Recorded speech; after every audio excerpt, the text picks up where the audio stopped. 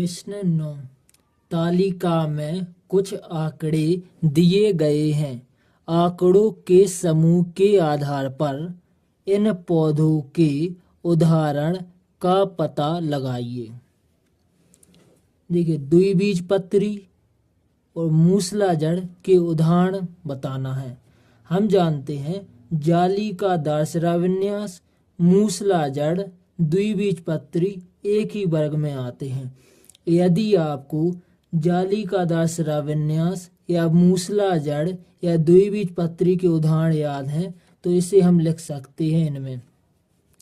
जालिकादार शिराविन्यास, जैसे कि मूली के पत्तों में जालिकादार शिराविन्यास होता है, इसलिए इसका एक उदाहरण होगा मूली। गाजर, गाजर में भी जालिकादार शिराविन्यास होता है, इसलिए हम दूसरा उदाहरण लिखेंगे गाजर। यहाँ पर देखिए, यह राजमा है, यह द्विबीजपत्री है और इसमें जालिकादार शिराविन्यास होता है, इसलिए यहाँ पर तीसरा उदाहरण लिखेंगे राजमा। आपको एक गुलाब की पत्ती दिख रही होगी, इसमें भी जालिकादार शिराविन्यास है, इसलिए हम चौथा उदाहरण लिखेंगे गुलाब। आइए तो हम इस उत्तर में देख लेते हैं।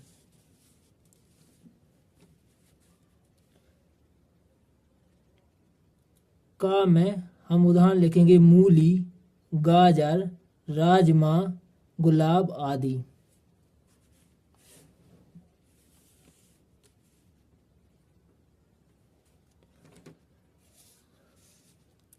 एक बीजपत्री या झागड़ाजड़ के उदाहरण लिखना हमें।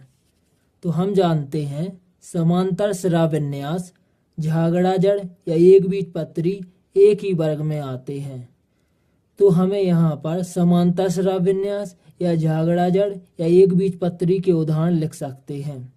जैसे कि गेहूँ, गेहूँ क्या एक बीजपत्री है जिसे दो भागों में नहीं बांट सकते हैं, या इनकी पत्ती समांतर शिराविन्यास होती है, इसलिए पहला उदाहरण होगा गेहूं। दूसरा उदाहरण धान या चावल को दो भागों में नहीं बांट सकते हैं, इसलिए यह भी एक बीजपत्री है, इसलिए दूसरा उदाहरण होगा धान या चावल। तीसरा उदाहरण होगा मक्का।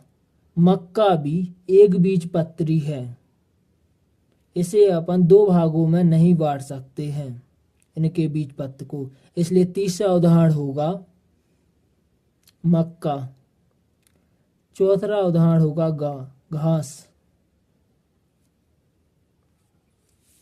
आइए तो इस उत्तर को देख लेते हैं।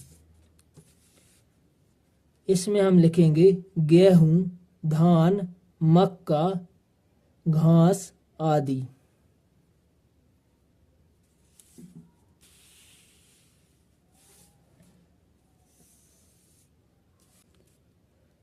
आगे प्रश्न में पूछा गया है समूह का के पौधों में और क्या समानताएं हैं। समूह खा के पौधों में और क्या समानताएं हैं। समूह का के पौधों की समानता।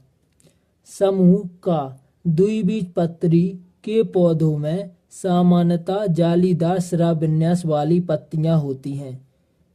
जैसे कि हम पहले देख चुके हैं कि जालिकादार शिराविन्यास, मूसलाजड़, द्विबीजपत्री एक ही वर्ग में आते हैं।